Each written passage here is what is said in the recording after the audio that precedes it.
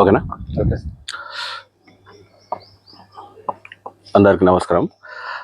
ఈరోజు ఉదయం 5 గంటల సమయంలో Vallapudasu Janakiramulu Sannapu Bondaiah resident of Nakrekal police స్టేషన్కి వచ్చి తన చెల్లెల్ని తన యొక్క బాబాయ్ అయిన జమ్ముల శ్రీనివాసు చనిపోయాడనే ఫిర్యాదు మేరకు మేము కేసు నమోదు చేసినాము.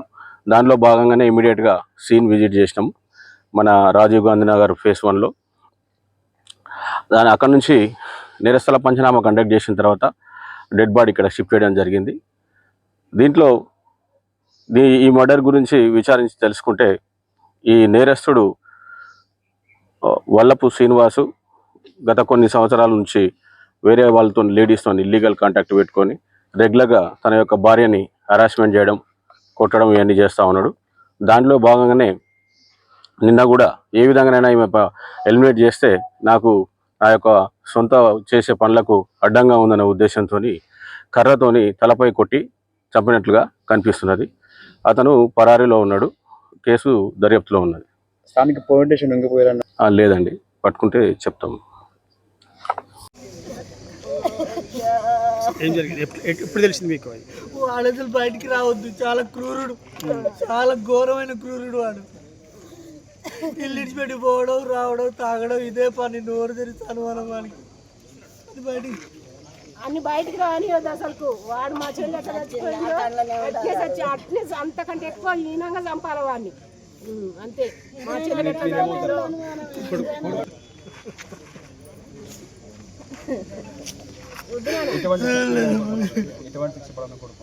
బయటికి రావద్దని చంపేయాలి, శిక్ష చేసేది వాడికి. వాడిని అది వేస్ట్, వాడు బతికి వేస్ట్. దానం అయితే వాడికి కూడా దానం కావాలి. అంతే. అక్క బిడ్డ ఫోన్ చేసింది, అమ్మ ఇట్లా పుషం వచ్చినామనంటే చంపేసిండంట, నిన్ననే చచ్చిపోయిందట. అంటే బాగా తెలియదారని మేము ఇక అడావుడిలో వెళ్ళి వచ్చినాం. మాకు ఇంటికి వచ్చినాక మా చెల్లె చచ్చిపోయిందని చెప్పిండు. మరి ఎట్లా చంపిండో, ఏ లెక్కన చంపిండో, తాగి మళ్ళీ చనిపోయిండు. మరి మేమైతే చూడలేదు, ఎట్లా చచ్చిపోయిందో తెలియదు మాకు. పొద్దున మాకు ఫోన్ చేస్తే తెలిసింది మా చెల్లె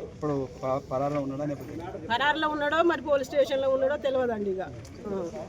కానీ మా చెల్లె ఎట్లా చచ్చిపోయిందో, నన్ను బయట నన్ను చూసినా పర్వాలేదు, నేను వాళ్ళ పెద్దమ్మ బిడ్డనే, నన్ను బయట వాడు చూసి నన్ను చంపినా పర్వాలేదు, కానీ వాడు కూడా చచ్చిపోవాలి. మా చెల్లెతో పాటు చచ్చిపోవాలి వాడు కూడా. ఒక కొడుకు ఒక బిడ్డ, బిడ్డకి 2 బిడ్డలు, ఒక కొడుకు ఒక బిడ్డ. మొన్ననే వచ్చింది, 5 తారీఖే వచ్చింది మా చెల్లె. 5 తారీఖు కానుక చేసి వచ్చింది. 5 తారీఖు కానుక చేసి వచ్చి 7వ తారీఖు వరకల్లా మా చెల్లెని చంపిండు వాడు. అనుమానం ఉంటది, మస్తు అనుమానం. ఏం లేదు, అనుమానంతో ఇల్లు ఇచ్చిపెట్టిపోతాడు. వానికి బయట తిరుగుళ్ళు చాలా ఉన్నాయి. పొద్దున్న లేస్తే ఎవరితో ఒక దాంతో తిరుగుతాడు. వాడికి ఏ బాధ్యత లేదు, బాధ్యత గింత కూడా లేదు.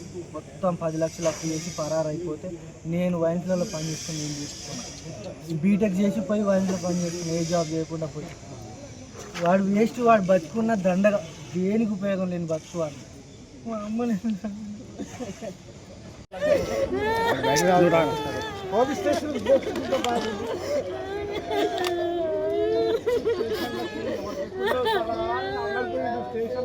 వాడు వాళ్ళ అమ్మ అంతే కదా, వాళ్ళ అమ్మ కూడా అంతే కదా. కూడా కంటి పోలీస్ స్టేషన్లో చేసుకుంటున్నాడు. మొత్తం చంపక వాడు పెరిగినాడు.